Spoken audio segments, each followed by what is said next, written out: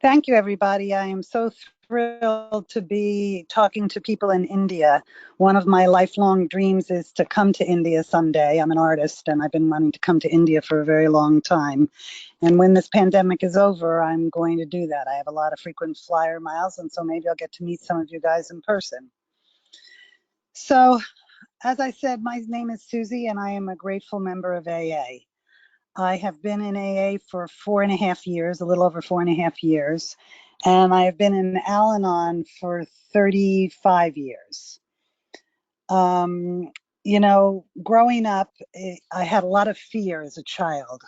And I know I learned when I came into AA and Al Anon that fear is false expectations appearing real. There's another acronym for it as well that is F everything and run. So when I was young, the idea of false expectations appearing real was a real part for me. And I always had this feeling that I was never enough. And I remember once being in an Al-Anon retreat. It was like a weekend retreat thing.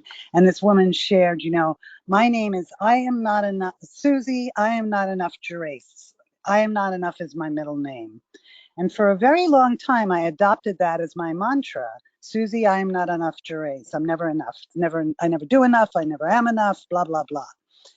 And that was a devastating state of affairs. And I did that for many years. And I'm happy to announce that I've let that go. Okay. So ఈవిడి కళాకారిణి అండి. ఈవిడికి ఎప్పటి నుంచో ఇక్కడికి రావడానికి మనకు ధన్యవాదాలు చెప్తున్నారు. ఈవిడ ఇండియాకి కూడా వద్దాం అనుకుంటున్నారంట. ఈవిడ పేరు సూజీ. 4.5 ఏళ్ళ నుంచి ఏఏలో ఉన్నారు ఈవిడ. దానికి ముందు నుంచి ఈవిడ ఆల్నాన్లో 35 ఏళ్ళ నుంచి ఆల్నాన్లో ఉన్నారు, ఆల్నాన్ మెంబర్గా. ఈవిడికి ఎప్పుడు చిన్నప్పటి నుంచి పెద్ద ప్రాబ్లం ఏంటంటే భయం అన్నది పెద్ద ప్రాబ్లం. ఆ భయంకి ఇంగ్లీష్లో ఒక ఫ్రేజ్ ఉంది, false expectations appearing real, FEAR, fear. అంటే చాలా ఊహించుకుంటాం, ఇలా జరుగుద్ది అలా జరుగుద్ది. ఇవన్నీ ఏంటంటే తప్పుడు ఊహలు. ఇవన్నీ తప్పుడుగా ఊహలు అనొచ్చు. ఎక్స్పెక్టేషన్ అంటే డైరెక్ట్గా ట్రాన్స్లేట్ చేయాలంటే ఆశించటం. సో కాకపోతే ఏంటంటే ఇవన్నీ తప్పుడు ఊహలు అయ్యి మనకి నిజాల కింద కనిపిస్తూ ఉంటాయి. సో ఎప్పుడు చిన్నప్పటి నుంచి ఆ ప్రాబ్లం ఉండేది. ఒకసారి ఈవిడ ఆల్నాన్లో ఒక ఆవిడ నా పేరు సో అండ్ సో, నేను ఎప్పటికీ కూడా నాకు నాకు నేనుగా సరిపోను, అంటే I'm not enough for my self అన్నట్టు ఆవిడ షేర్ చేసేదంట. సో అదే ఈవిడ ఏదో పెద్ద మంత్రం కింద పట్టుకుని ఈవిడి నడవటం మొదలుపెట్టింది ఆల్నాన్లో. కాకపోతే ఆ మంత్రమే ఈవిడికి ఏంటంటే అది చాలా డేంజరస్గా అయ్యి ఎప్పుడు తనకు తనంగా కించపరుచుకుంటూ అబ్బాయి నాకు నేను సరిపోను అనుకోవటం, తనకు తను డ్యామేజ్ చేసుకుంటూ ఫైనల్గా అది వదలటం జరిగింది. Please go ahead Susie. Okay. So as a young child, I grew up in a loving home, mom and dad, and a brother, an older brother, 3 years older than me, and my grandmother. My grandmother's husband died when she was young, and she moved in with us. And so I had a grandmother. We slept in twin beds next to each other, and she was like a grandmother, and she was also my best friend. And I could talk to her, and she gave me what I call unconditional love. With my mother, as long as you were doing what she wanted you to do, you were loved. The minute you crossed her, did something that wasn't what she wanted you to do, in English we say she's off of you like a dirty shirt. The love was more conditional. Like you had to be doing what she wanted you to do. With my grandmother, it was unconditional love, which my therapists over the years have always said, thank God for Grandma Capozzi, because she was sort of my saving grace. So when I got into high school, there were a lot of cliques. And there was this one clique of girls that were all going to college. I was going to go to college too. And, they were the pretty girls. They were the cheerleaders. They were the ones, with the pretty, nice clothes and pretty faces and nice hair and all the things that I wanted. And they had a sorority. And they all wore these beige jackets with their sorority number on the back. And I wanted to be in that sorority so badly, but they wouldn't let me in. So they started it like in my sophomore year. So sophomore year, junior year, Finally, in my senior year, they let me in, and I got that jacket with the sorority letters on the back, and I thought I was hot stuff. That was like a dream come true. But I didn't really like the people. They were snobs. They were just all about themselves. They're probably all alcoholics at this point. But I believe they were the cool kids. I wasn't the cool kid. They were the cheerleaders. I was um, the person in a bus driver's uniform and hat playing the piccolo in the band. So I was in the marching band, and they were the cheerleaders in the short skirts with the pom poms. And what I've learned now is I still play the flute, but I'm more of a cheerleader today than I've ever been in my whole life. The other thing that growing up was I was attracted to bad boys. I liked the bad boys. I liked the one who was dropping out of school, not going to go to college, drove a red Corvette, was a real ladies' man, and that was what was appealing to me when I was a teenager. I fell in love with this guy in the 8th grade at a Valentine's dance, and I dated him all the way through till my college years. And he was my only boyfriend for, I don't know, 12 years or something like that. So I stick to things, but my mother absolutely hated him. He didn't treat me well. He cheated on me. He never showed up when he said he was going to show up. I'd get all dressed up and ready to go out, and he'd never show up. And so it was not a good relationship, but I was madly in love with this guy. And so then it came time for me to go to college. And I said, well, what am I going to do? I got into 4 different colleges. And I said, I'm going to pick the one farthest away from home so I can run away from my parents, run away from my boyfriend, and stay far away. So I went to school at Ohio University. And I remember watching my parents' car drive away with the license plate and just breaking into sobbing tears because I didn't like being alone. I've never liked being alone. And there I was in Ohio, didn't know a soul, and I got put. And but what had happened was I got put into a room with 2 roommates. It was 3 of us in one room, and the 2 roommates had been friends in high school. So again, I was the outsider. And they were both tall. I'm short. I'm only like 4'11", and they left me the top bunk, the top drawers in the dorm room. I couldn't even get into the dorm room. My father went out and bought me a ladder so that I could get to my underwear drawer. And the reality of it is, today I think about that, and I think, you know, if my father or I should have said, "You're tall, she's short, let's switch the drawers." But no, the solution was to go out and get a ladder and don't make waves. So I kind of grew up with that idea of don't make waves. Don't ask them to move their stuff to the upper shelves because they can fit. Go out and buy a ladder, and then you climb on a ladder every day because you're supposed to suffer. I grew up Roman Catholic, and suffering is a big part of being Roman Catholic. And, it was just really tough. And I grew up with a mother who thought she made a mistake once, but she was wrong. And, she really knew all the right things. And it was a very difficult time. So in college now, I'm with these 2 best friends from high school. They're loud, they don't study, they use drugs, they do everything that I don't do. I was a good girl. And I had a horrible time. And people down the hall would be complaining about their noise, and I would be up in the top bunk trying to sleep. And one day I saw my grandmother's cameo. I was missing a lot of things, my socks, my underwear, different things were being stolen. And one day I saw my roommates with my grandmother's cameo pin on her neck. And that was kind of the end for me. So I transferred to Drexel University in Philadelphia. Okay. ఈవిడి రావటం మట్టుకు చాలా ఏంటంటే ఆ, ఒక ఆ, ఆ, బాగా ప్రేమ పంచే ఇంటి నుంచి వచ్చారంటే ఈవిడికి ఒక గ్రాండ్ మదర్ అంటే మామలాగా ఉండేవారు. ఆవిడ ఈవిడి పక్క పక్కన బెడ్ల మీద పడుకున్నారు. ఆవిడ ఎప్పుడు ఈవిడికి బెస్ట్ ఫ్రెండ్గా ఎప్పుడు స్వార్థం లేని ప్రేమ పంచేవారంట. వాళ్ళ అమ్మగారు మటుకు వాళ్ళ అమ్మగారు చెప్పింది చేస్తేనే ప్రేమ ఇచ్చేవారంట, చెప్పింది చేయకపోతే తోసిపుచ్చడం జరిగేదంట. అందుకనే వీళ్ళ మామగారు ఉండటం ఈవిడ జీవితంలో చాలా ఒక విధంగా నన్ను రక్షించింది అని చెప్తున్నారు.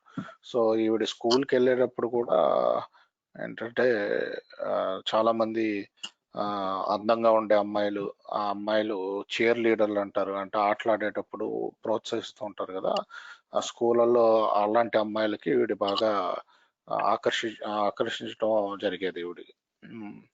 కాకపోతే వాళ్ళు ఏంటంటే ఒక క్లబ్ లా ఉంటదండి అక్కడ, సొరారిటీ అని చెప్పి, ఆ క్లబ్ లో మెంబర్స్ కింద ఉండేవారు అమ్మాయిలు.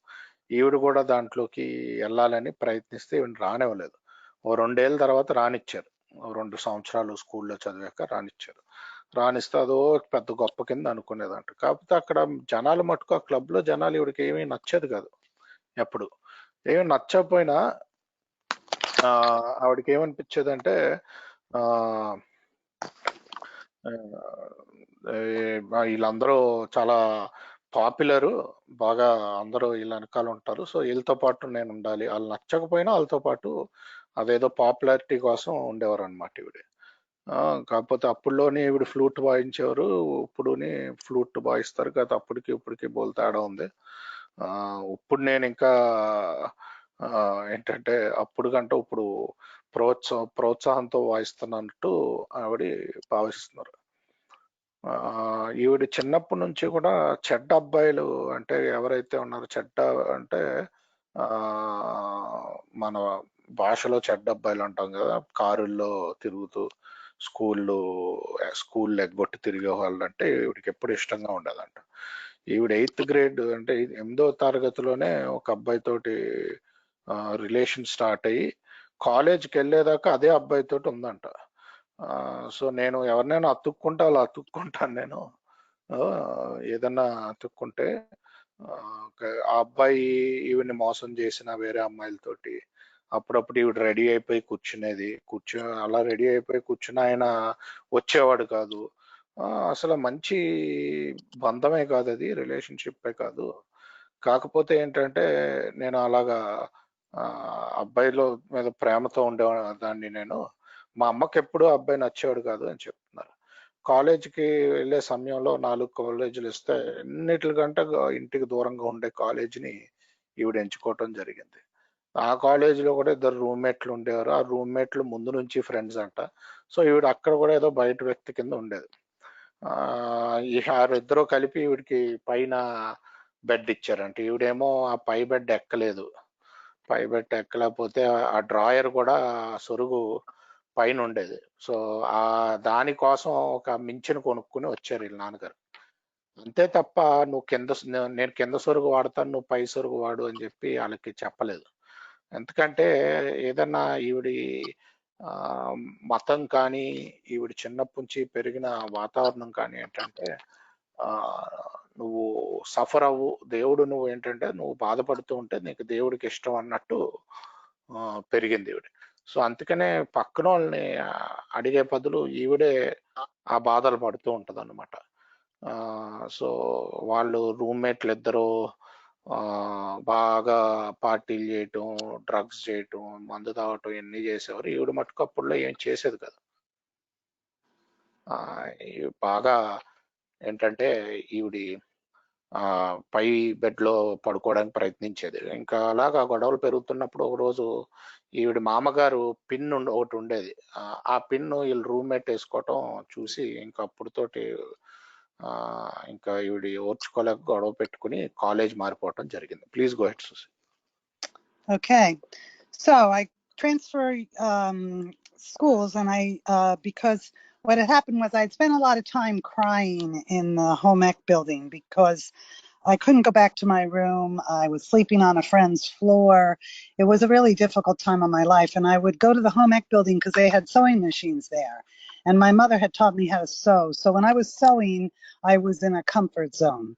And so I started going to the home ec building and using the sewing machines. And I met this woman who was the head of the home economics department, and she had breast cancer, and it was her last year she was going to be teaching there. But she watched me, she talked to me a lot. I would be crying at the sewing machine, she'd be talking to me, and she said, why don't you sit in on some of my senior level design classes? I teach because I had taken a sewing class from her. She said, I teach fashion design, pattern making, and draping. Why don't you sit in on those classes for free and just see if it's something you like? So I started auditing her classes. I was a freshman, and I was graduating #1 in the senior class because I loved it. It was like, it wasn't work for me, it was fun. I just loved it. And she told me at that time that I had the ability to become a famous designer, that because of my personality, I probably would not be, but I had the skill, and that I should go to a better school and study fashion design. So that was when I decided to transfer to Drexel University. The the thing of becoming a fashion designer, I wasn't really all that interested in fashion design, but I loved sewing and I loved fabric and I loved color and all of that kind of thing. So that worked for me. And her thing was, if I was going to be here teaching, I would keep you under my wing, but I'm retiring and you need to go to a better school. And she had so much respect for me that she was writing a book on flat pattern design, and she would give me her handwritten things that she had written and ask me for my advice on them while she was writing the book. So she was what I would call my first mentor, other than my grandmother, in my life. And she changed my life. And I stayed in touch with her through all the years because I did become a designer. That's more of the story. And she was in touch with me over all the years till she passed away a while back. But I graduated from Drexel University with a Bachelor of Science in Fashion Design, and I went to New York City, and I went to go work for Giorgio di Sant'Angelo, who at the time was a couturier fashion designer in Manhattan, up on 56th Street near Tiffany's. And it was glorious. I was commuting at the time between New Jersey and New York, and my brother had an apartment in New York, and he said, come stay with me, and I did. And that was a pretty exciting time of my life. I had a folding bicycle, and I would drive from downtown to uptown on my folding bicycle, worked for this very famous fashion designer, but it was a real fast lane life. He was gay and his business partner was gay, but they would fight constantly and, throw things at each other and carry on. It was miserable, but it was very high end. We had Vogue magazine, Harper's Bazaar, it was couturier and it was very, very high end. And that was a fun time. And while I was in New York, I had a roommate that knew this guy, and I met this guy who was in the Coast Guard, and we fell madly in love with each other. He was on a ship down in Cape May, and he had come up to Governor's Island, and it was love at first sight.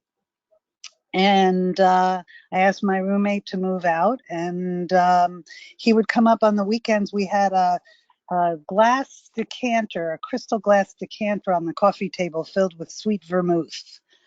And I would be working all day, and I'd come home from work, and he'd come on the weekends, and he'd be sitting in his bathrobe drinking the vermouth out of the decanter on the coffee table. And then I'd come home and I'd join him, and we'd drink some more vermouth and make dinner and have a lovely weekend together. And I fell madly in love with this man.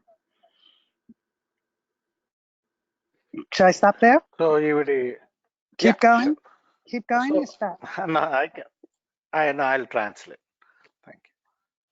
So ఈవిడ ఏంటంటే అలా ఏడుస్తూ ఉంటారు కదండి వారు కాలేజీలో.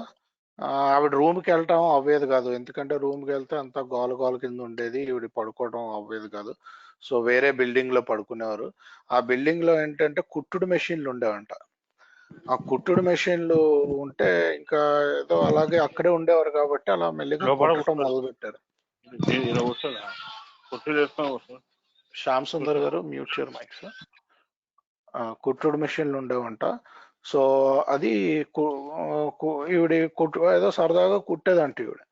కాకపోతే అక్కడ ఒక ఎకనామిక్స్ డిపార్ట్మెంట్ ఉంటే దాంట్లో టీచరు ఈవిని చూసి ఈవిడ కొట్టడం చూసి, నేను నీకు నేర్పిస్తాను కొట్టడం, నా క్లాస్ జాయిన్ అవ్వు, సీనియర్ క్లాస్ అంటది.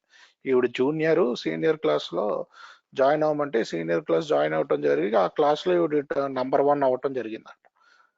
ఎందుకంటే ఈవిడికి మెయిన్ గా కొట్టడం అన్నా, రంగులన్నా, గుడ్డలన్నా చాలా ఇష్టం ఆవిడకి. హీరో సో వాళ్ళు సో ఇది ఏమన్నా ఏంటంటే బాగా ఇష్టం అన్నమాట ఈవిడికి.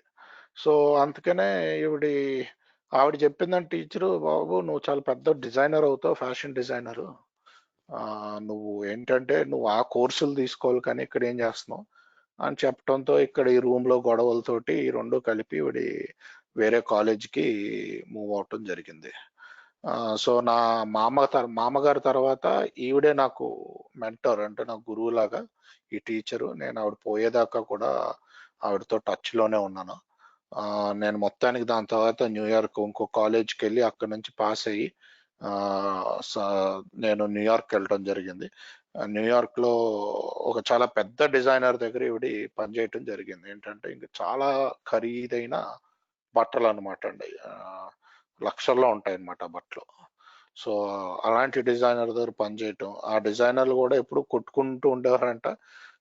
అంతా ఈవిడికి ఆ, అది నచ్చకపోయినా ఆ లైఫ్ ఆ స్టైల్ చూసి ఇంకా అక్కడ ఉండటం జరిగింది. అప్పుడే ఇంకొక అబ్బాయిని కూడా ఈవిడ కలవటం, ఆ అబ్బాయి తోటి ప్రేమలో పడటం సో జరిగితే ఆ అబ్బాయి కూడా రోజు సాయంకాలాలు తాగితే ఈవిడ కూడా ఇంటికి వచ్చి కాస్త అబ్బాయితో తాగి డిన్నర్ చేసి పడుకోవటం చాలా బాగుండేది. అప్పుడు జీవితం చాలా ఫాస్ట్ గా ఉండేది. ఆ, అప్పుడు బాగా ఎంజాయ్ చేశాను అని చెప్తున్నారు. Yes, please go ahead Susie. Okay, so I met the man of my dreams, and he was in the Coast Guard, and I used to go down to Cape May and visit him. And then one day he had an opportunity, and so we ended up getting married. And we got married, and I was living in New York City, and he was living on a ship down in Cape May, New Jersey, which is about, I don't know, 3-4 hours away. So he lived on the ship, I lived in my apartment. We got married. We still continued to live like that. And then one day he called me up and he said, I can get an apartment for us in on the Sandy Hook in New Jersey. Would you come and live with me? And I was like, gee, I was married, but I didn't know if I wanted to leave my New York City apartment and my great job and all that. I wasn't sure I wanted to do that. So he said, why don't you go to your boss and ask him if you can work from home? So I did that, and that's exactly what I did. I moved I was a toy designer at the time. I was making toys in Brooklyn, for a factory in Brooklyn. And so they gave me a big industrial sewing machine, fabric, everything, and I started designing toys in Sandy Hook, New Jersey. And at that time, my husband and I would drink together, thought nothing of it, and then what happened was he wanted to go to law school. So he decided he was going to go out to San Diego and apply for law school, which he did. And he got in. And then I packed up the dog and the cat and the bicycles, and I went out to San Diego, put all our stuff in storage, and he started law school, and I got a job working for the Barbizon Modeling School doing fashion merchandising, and it was very interesting. And but we had two martinis before dinner every night. Then we had a bottle of wine with dinner, and we had Anisetner coffee. And that wasn't being alcoholic; that was being Italian.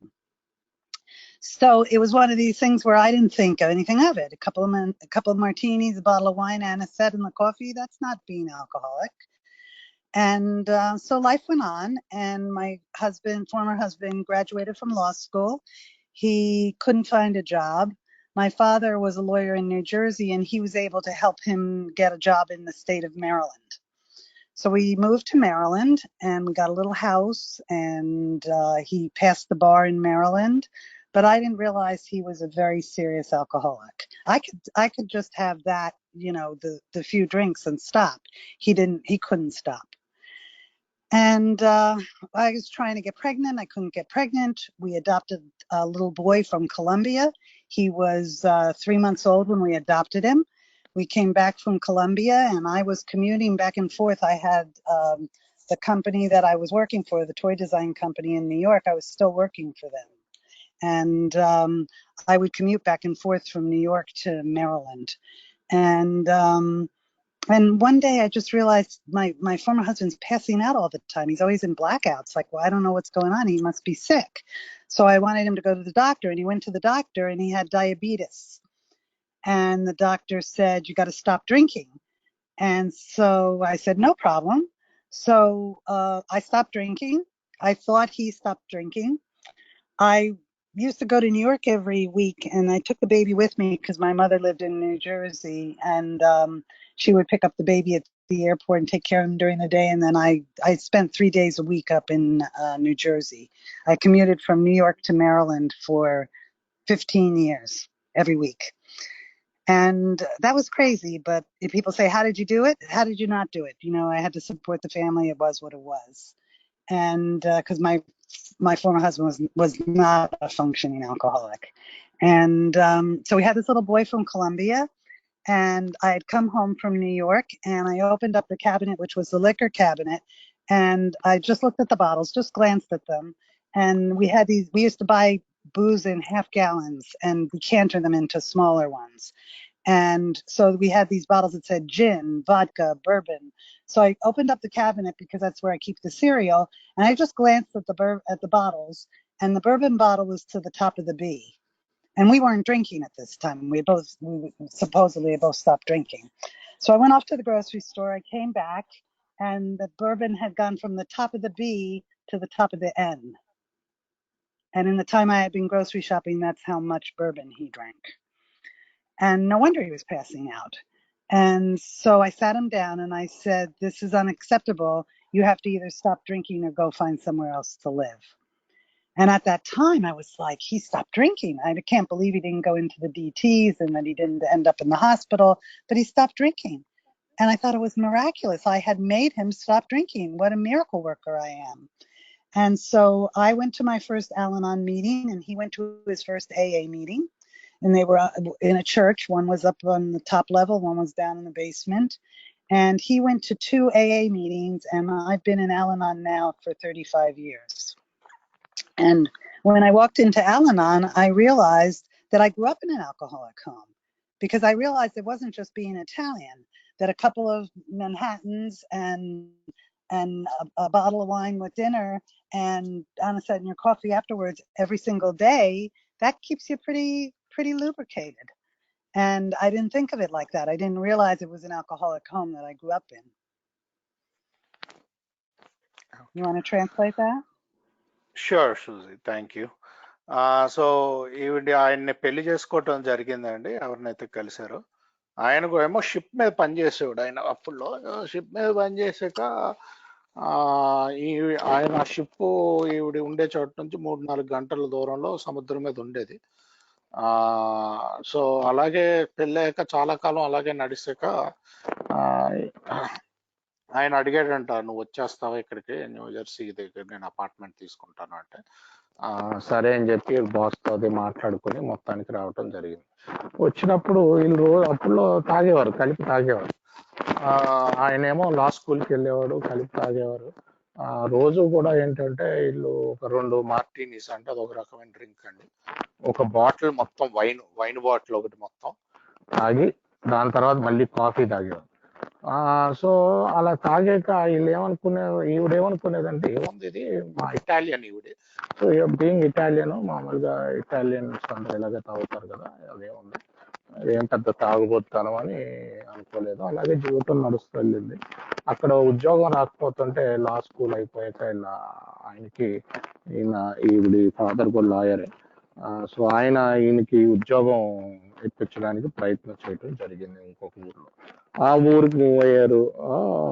కాకపోతే అప్పుడు మెల్లిగా ఈవిడి కనుక్కోవడం మొదలుపెట్టింది, ఈయన తాగుబోతు అని చెప్పి. ఎందుకంటే ఈవిడ ఆపగలిగేది, ఆయన ఆపలేకపోయేవాడు, ఎప్పుడు కూడా ఆపలేకపోయేవాడు. ఈవిడికి పిల్లలు లేరండి, కాకపోతే లేరంటే ఒక వేరే దేశం నుంచి, కొలంబియా నుంచి చిన్న అబ్బాయిని దత్తత తీసుకోవటం జరిగింది, అడాప్ట్ చేసుకోవటం.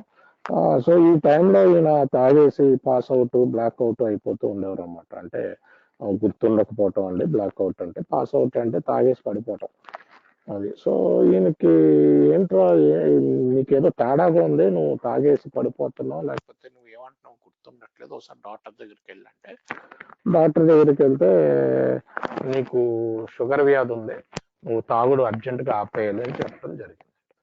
ఆపే ఈవిడ అనుకుందంట కూడా ఆపేస్తా అదే ఉందని చెప్పి ఈవిడ ఆపేసింది. ఈవిడ ఆపేసాక ఆయన కూడా ఆపేసాడని అనుకుంది. అప్పుల్లో ఈవిడ ప్రతి వారం కూడా న్యూయార్క్ వెళ్ళేది. న్యూయార్క్ అంటే ఒక 3-4 గంటలు ఉంటుంది డ్రైవ్. ప్రతి వారం వెళ్ళేదన్నమాట. అక్కడ ఒక 2-3 రోజులు ఉండి ఇక్కడికి మళ్ళీ వచ్చేది. అలా 15 ఏళ్ళు వెళ్ళింది ఈవిడ.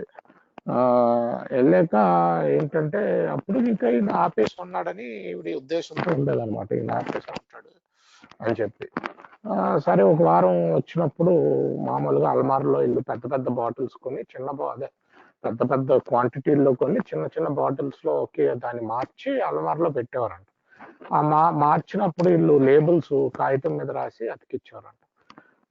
ఈవిడ సీరియల్ తిందాం అని చెప్పి అల్మార్ ఓపెన్ చేస్తే అప్పుడే ఏదో అలా చూడటం జరిగిందంట బాటిల్ ఒక చోటకు ఉండింది ఒక లెవెల్లో. సరే అని చెప్పి బయటకు వెళ్ళి షాపింగ్కి వెళ్ళి వస్తాను, అన్ని సామాన్లు కొనుక్కొని వస్తాను మార్కెట్కి వెళ్ళి అని బయలుదేరి వెళ్ళి వచ్చేసరికి లెవెల్ చాలా వరకు తగ్గిపోయింది అనమాట. తగ్గిపోతే అంటే ఈవిడ వెళ్ళిన ఒక గంటలోనో అరగంటలోనో అంత తాగేశాడు. అప్పుడు ఇమీడియట్ గా ఈవిడికి చెప్పిందంట, బాబు నువ్వు ఇలా తాగితే కనుక ఇది నడవదమంది, నువ్వు ఆపాలి లేకపోతే ఇంట్లోంచి బయటకు వెళ్ళిపోవాలని చెప్తే అప్పుడు ఆయన ఆపటం జరిగింది. అప్పుడులో అనుకునేదంట చూసావా నేను ఆపిచ్చేసాను మా ఆయనతోటి అని చెప్పి. అప్పుడే అప్పుడులోనే ఆయన ఫస్ట్ ఏ మీటింగ్ కి ఫస్ట్ ఆల్నాల్ మీటింగ్ కి వెళ్ళటం జరిగింది అనమాట. ఈవిడ ఆల్నాల్లో 35 ఏళ్ళుగా ఉన్నారు, ఏలో 4.5 ఏళ్ళుగా ఉన్నారు ముందు చెప్పినట్టు. కాకపోతే ఏంటంటే ఆల్నాల్లో వచ్చాక ఈవిడ అర్థమైంది ఏంటంటే ఈవిడ బాబు 2 మార్టీనీలు బాటిల్ వైన్ కాఫీ తాగితే అది నార్మల్ కాదు, అది తాగుబోతాను అని అర్థం చేసుకోవటం జరిగింది. Please go ahead. How much more time do I have? You have 20 more minutes. 20 How many more minutes? 20. 20? Okay. Yeah. All right, good. All right. So we had adopted one child from Colombia, from South America, and I decided, I wanted to have a second child. So I still couldn't get pregnant. Trying to get pregnant, could not get pregnant. And we adopted a little girl from Chile. So we now had a sweet family with 2 children, and my husband wasn't drinking, so I thought it was heaven on earth. But the problem was he also didn't get into recovery.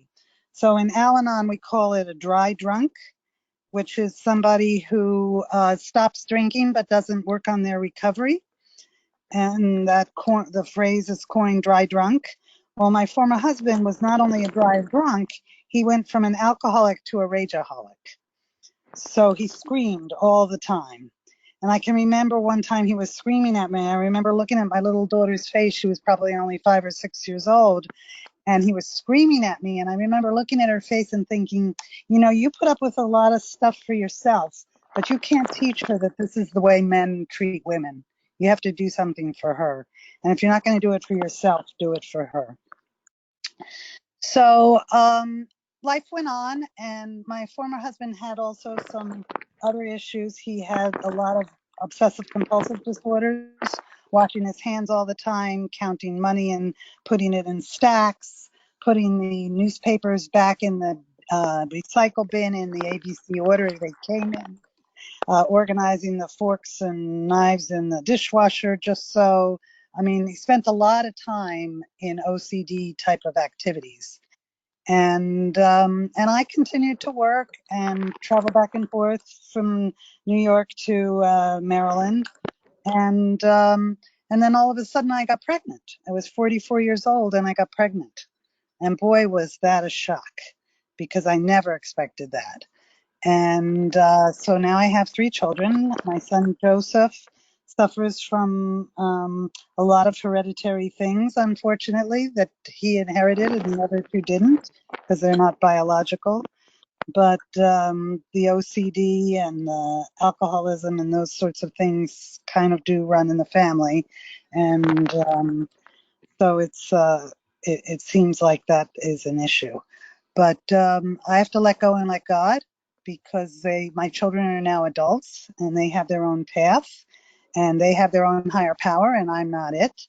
And even though I was raised, in the Catholic religion, I still am part of a Catholic church here, a group of women.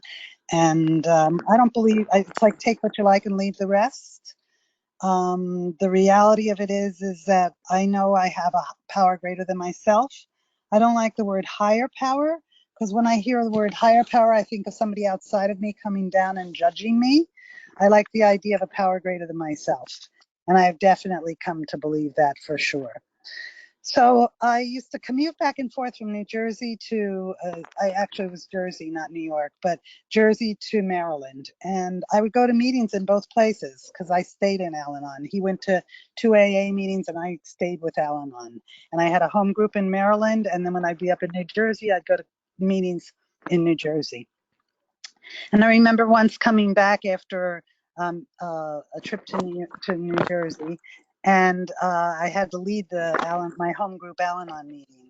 And I remember thinking, why? The tree limbs are Ys, and the cement columns to Newark Airport are in the shape of a Y, and the lamppost is in the shape of a Y. Why? Always asking why. And this very quiet man with a little pencil mustache who only spoke a few words, but his words were always pearls of wisdom. He said, "Why not?" And I have to say that when he said, "Why not?" that was a very sobering moment for me, because who did I think I was? Why wouldn't these be my problems? Why, whatever. And so I continued to go on working Al-Anon, working to support the family. And one day my former husband had a brilliant idea that I should go to this class on how to declutter your life. And he signed my daughter and I up for this class. And we went to the class and came home, and he had to just pick up the baby from the babysitter and make dinner. When I got home, he was stirring a pot and he was crazed, and his eyebrow, I knew something was up. And I said, "What's wrong?" And he dragged me upstairs and he's screaming and yelling at me and pointing his finger. He says, "I'm not going to take this from you anymore. I'm not taking this." And with all the love in my heart, I said, I love you enough to let you go. Whatever this is that I'm doing to you, whatever I'm causing for you, I love you enough to let you go because I don't want to do it anymore. I don't want to make you miserable. I don't want to cause all your problems. We need to go our separate ways. And I'll tell you, it was a huge weight off of my shoulder. Talk about declutter. That was huge. And yet, our kids, our neighbors, everybody was in shock because nobody knew that we had a problem. So I moved to my brother. I have a brother who lives in this area in New York and New Jersey, and he bought a house for me that I could rent from him. So he bought this lovely little house, and I hired a nanny, and I brought my three kids up here. My former husband went off to go find himself at a monastery in New Mexico, and I had two children and a very good job and a nanny, and things were pretty good, except that the toy company went out of business that I was working for. And when that happened, that was a little bit devastating because now I had no job, no husband, no, a nanny to pay, but didn't know what I was going to do. I started my own company, and I'm still doing that to this day, my own design company. And but it took a lot to get that pulled together, and thank God I had a wonderful brother and lost my job of 22 years and started my own new company called Dream Makers. And so I did that. I raised my three kids. My nanny is one of the loves of my life. She's coming today to help me. She comes all the time and helps me with all my projects around the house and my business projects and whatever. She works for somebody else now full time, but she's here for me whenever I need her. And without her, I don't think I would be the woman I am today. She has been a big part of that journey. And I have three lovely children. My son is in Baltimore, my daughter is in South Jersey, and my other son is in Colorado. But each of them have their share of, have or do still currently have their share of drug and alcohol situations. And I'm powerless over it. I have to let go and let God. I'm totally powerless over it. They're adults. They have their own higher power, and I'm not it. I once heard in an Al-Anon meeting, you're only going to bury your child once if you have to, so don't bury them all the time. Just live and let live. And so that's what I try to do. Easy does it is one of the great slogans that I need to hear all the time. First things first is another one that I live by. And I'm always praying for knowledge of his will for me and the power to carry that out. Knowledge of his will for me. Show me your will, God. Tell me what you want me to do. And you know, the reality of it is that I just got to keep praying. So you want to translate that? ఏంటంటే అండి వీడికి రెండో పాపను కూడా వీళ్ళు దత్తత తీసుకోవటం జరిగింది. చాలా రోజులు ప్రెగ్నెంట్ అవ్వడానికి ట్రై చేసి అవ్వకపోతే అప్పుల్లో ఏంటంటే ఆయన తాగుడు మానేసాడు, 2 మీటింగ్లకి వెళ్తాడు అనుకుంటే ఇదేదో స్వర్గంలో ఉంది అనిపించేది. కాకపోతే త్వరలోనే ఆయన డ్రై డ్రంక్ అయిపోవటం జరిగింది. ప్రోగ్రామ్ చేయకుండా ఉంటే డ్రై డ్రంక్ అంటారు కదా. సో తాగుబోతు నుంచి బాగా కోపిష్టిలా మారిపోవటం జరిగింది. ఒకసారి గట్టి గట్టిగా అరిసేస్తుంటే ఇలా 5 ఏళ్ళ పాపని మొహం చూస్తే అప్పుడు ఈవిడికి అనిపించిందంట, నా కోసం కాకపోయినా ఈవిడికి ఇదే నార్మల్ లైఫ్ ఎలాగే ఉండాలి అని తెలియకుండా ఉండాలంటే నేను ఈ సంబంధం గురించి నేను ఏదో ఒకటి చెయ్యాలి అని అనిపించింది. అలాగే ఆయనకి చాలా సైకలాజికల్ డిజార్డర్స్ కూడా ఉండేవండి. అబ్సెషన్ కంపల్షన్ డిజార్డర్స్ అంటారు. అంటే ఏం లేదు, బాగా ఎప్పుడు శుభ్రంగా ఉండటం, చేతులు కడుక్కోవటం, అవి సాకటం, వెళ్ళి ఒక ఒత్తిడి చేయటం, అలాగా అస్తమాట అవి చేస్తూ ఉంటారు అన్నమాట. సో అలాగే ఇది న్యూయార్క్ కి, మేరీలాండ్ కి అలాగే వెళ్తూ ఉండేది ప్రతి వారం. 44 ఏళ్ళకి మళ్ళీ ప్రెగ్నెంట్ అవడం జరిగింది అనమాట. అది అస్సలు ఎక్స్పెక్ట్ చేయలేదంటే, చాలా పెద్ద షాక్ నాకు. అప్పుడు ఏంటంటే దీంతో 3 పిల్లలు వచ్చారు. నాకు పుట్టిన కొడుకు మటుకు ఈ ఓసిడి అన్నది, కొంచెం తాగుబోతం ఉన్నది, ఇవన్నీ కూడా వచ్చినాయి. నేను ఎప్పుడు కూడా లెట్ గో చేస్తూ ఉంటాను. ఎందుకంటే వాళ్ళకి ఉండాల్సిన దారి వాళ్ళకు ఉంది. నేను వాళ్ళ హయ్యర్ పవర్ని కాదు, వాళ్ళకి ఉండాల్సిన హయ్యర్ పవర్ అని అంటాడు. నాకు హయ్యర్ పవర్ అంటే కొంచెం పదం మీద ఇది ఉండదు. ఎందుకంటే హయ్యర్ పవర్ అంటే ఏదో బయట ఉంది, పవర్ ఉంది మనల్ని జడ్జ్ చేస్తూ, అంటే ఏదో మనల్ని ఇది కరెక్ట్ అది తప్పు అని చెప్పే దేవుడు నాకు ఇష్టం ఉన్నాడు. కాకపోతే power greater than my self అన్నది నాకు ఇష్టం. నాకంట ఉన్నతమైన శక్తి అన్న పదం నాకు ఇష్టం. హయ్యర్ పవర్ కంట, ఉన్నత శక్తి కంట, నాకన్నా ఉన్నతమైన శక్తి అంటాం నాకు ఇష్టం. అలాగే మీటింగ్కి వెళ్ళటం చేశాను. అలాగే జీవితం నడుస్తున్నప్పుడు ఒకరోజు ఏదో క్లాస్కి వెళ్ళమన్నాడు ఈయన. క్లాస్కి వెళ్ళమంటే క్లాస్ నుంచి వచ్చేసరికి ఈయన ఏదో అప్పటికి డిన్నర్ చేసి ఉంచుతాడు.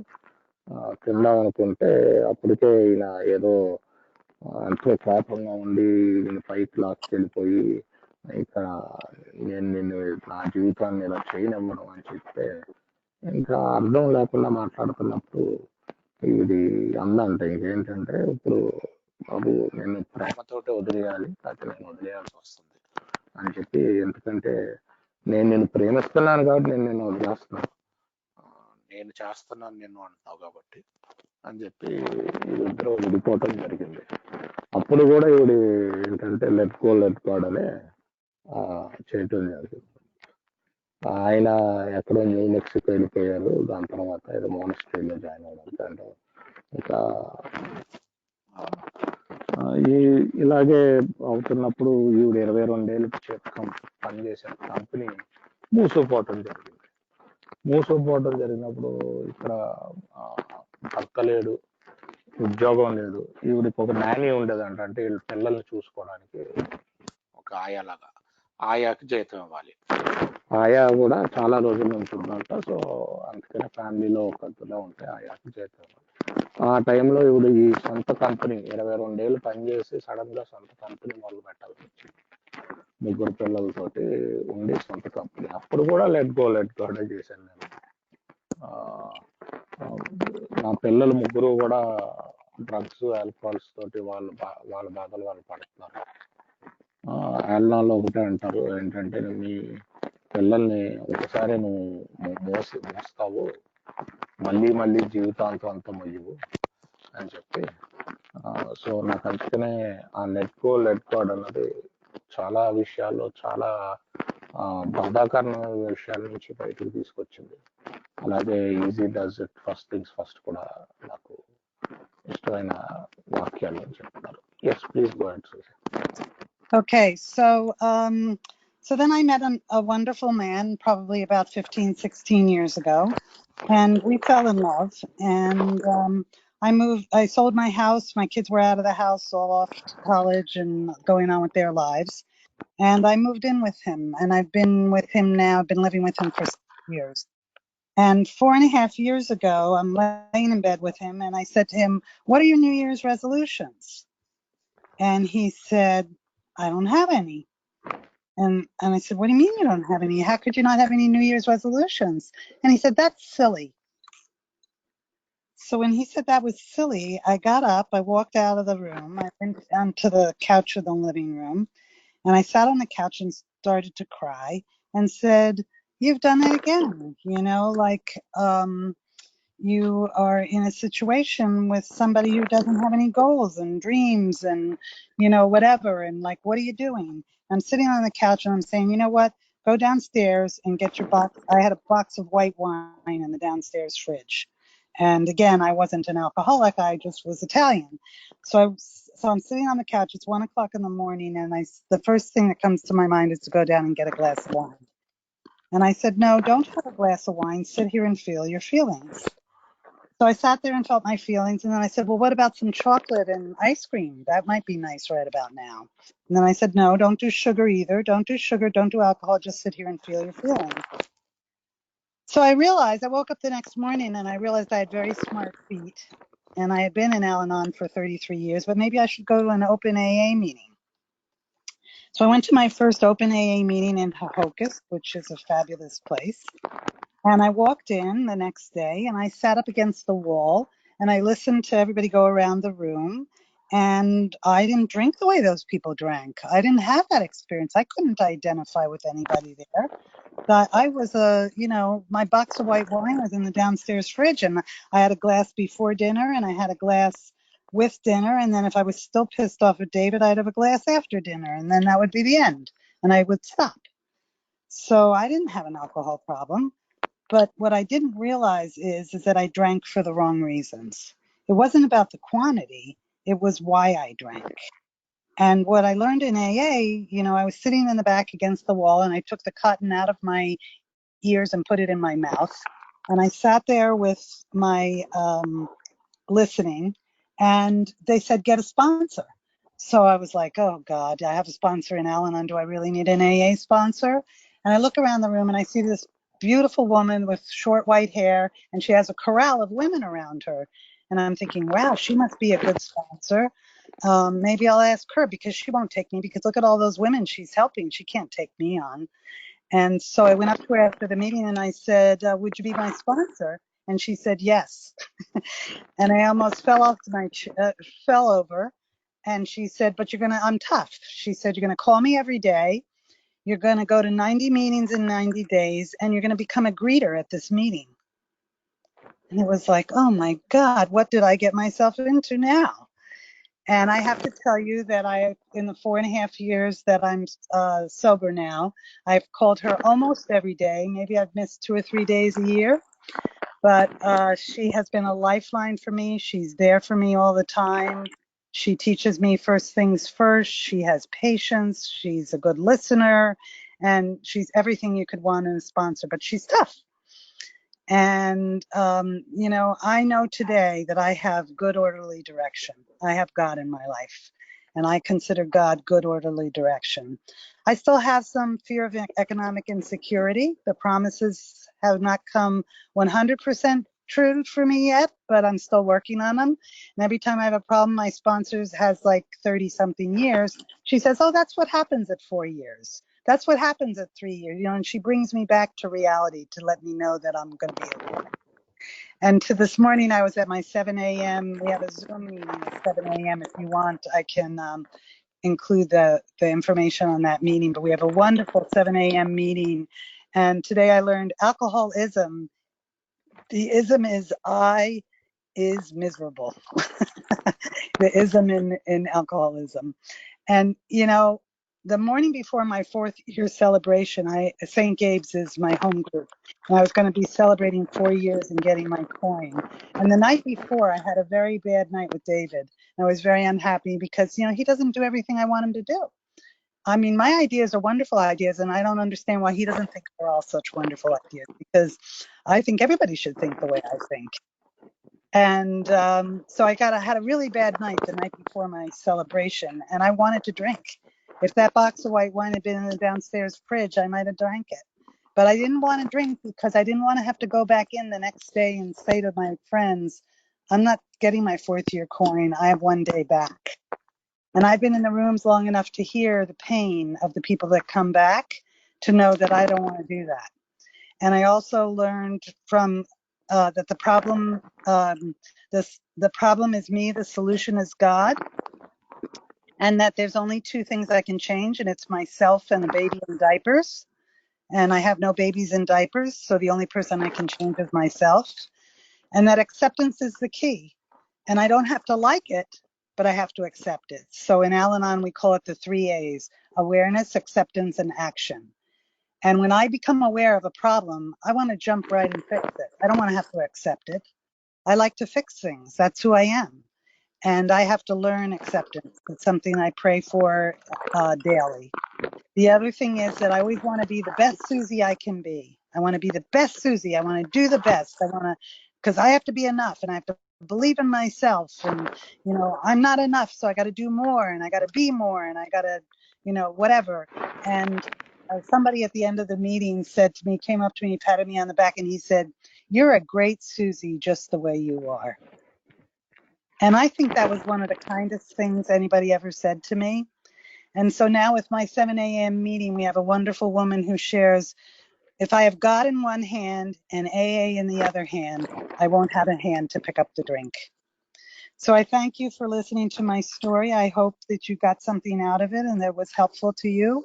And I'm really looking forward to your comments or any questions you have. So ఈవిడి ఒక్కొక్కరిని కలవటం జరిగింది అయిపోయాక ఇప్పుడు ఆయనతోటే ఉంటున్నారు. ఒకరోజు ఏంటంటే న్యూ ఇయర్ ముందు రోజు న్యూ ఇయర్కి నువ్వు ఏమనుకుంటున్నావు, నీకు వచ్చే సంవత్సరం నుంచి ఏదైనా వాగ్దానం చేయబోతున్నాను, న్యూ ఇయర్ రెజల్యూషన్ అంటారు. అదేంటి అది చాలా సిల్లీగా ఉంది అంటే వీడికి ఆ చిన్న విషయానికి వెళ్ళిపోయి బాధపడిపోతూ ఎందుకు ఇలా అన్నాడు అనుకుంటూ వెళ్ళి ఏడవటం జరిగి, సరే వెళ్ళి వైన్ తాగుదాం అనుకున్నాడు. ఇదేంటి వైన్ తాగుదాం అనుకుంటున్నావు, నువ్వు కూర్చొని నీ ఫీలింగ్స్ ఫీల్ అవ్వంటే కొన్ని వైన్ బదులు చాక్లెట్ తిందాం అనుకున్నాడు. సో చాక్లెట్ కూడా తిందాం అనుకుని మొత్తానికి ఏంటంటే ఆ రాత్రి అయ్యాక నెక్స్ట్ డే ఇది ఏ మీటింగ్కి అసలు వెళ్ళి చూద్దాం అని చెప్పి వెళ్ళినారు. అక్కడ వాళ్ళు షేర్ చేసేది ఏది కూడా వీడికి ఎందుకంటే ఈ జీవితం ఏది అలా అవ్వలేదు. కాకపోతే ఈ రోజు కూడా ఏంటంటే 2 మార్టీనీలు, ఒక వైన్ బాటిల్ తాగి కాఫీ తాగేది ఒకప్పుడు. ఇప్పుడు ఏంటంటే ఒక డ్రింక్ భోజనం ముందు, భోజనంతో పాటు డ్రింక్, ఇంకో ఆయన మీద కోపంగా ఉంటే ఇంకో డ్రింక్ తాగుతాను. ఈవిడి మటుకు ఏమనుకుంటుందంటే నేను రాంగ్ కారణాలకు తాగుతున్నాను అలా తాగకపోయినా, సో అని చెప్పి ఇది అనుకుని అప్పటి నుంచి ఏంటంటే ఇంకా దీర్ఘంగా వినటం మొదలుపెట్టిందండి నోరు మూసుకుని. మొదలుపెట్టాక వీడు స్పాన్సర్ తీసుకోవటం జరిగి ప్రతిరోజు మీటింగ్కి వెళ్ళటం. వాళ్ళ స్పాన్సర్ ఏమో 90 రోజులు 90 మీటింగ్లకి వెళ్ళాలి అంటాం. సో బాగా ఏంటంటే గట్టిగా ఉండదు మాట స్పాన్సర్. సో ఈరోజు నాకు గుడ్ ఆర్డర్లీ డైరెక్షన్ అంటాను గాడ్ అంటే బేసిక్గా మంచి మంచి అదే మార్గాన్ని చూపించే వాడు దేవుడు అన్నట్టు వస్తుంది అన్నమాట దాని అర్థం.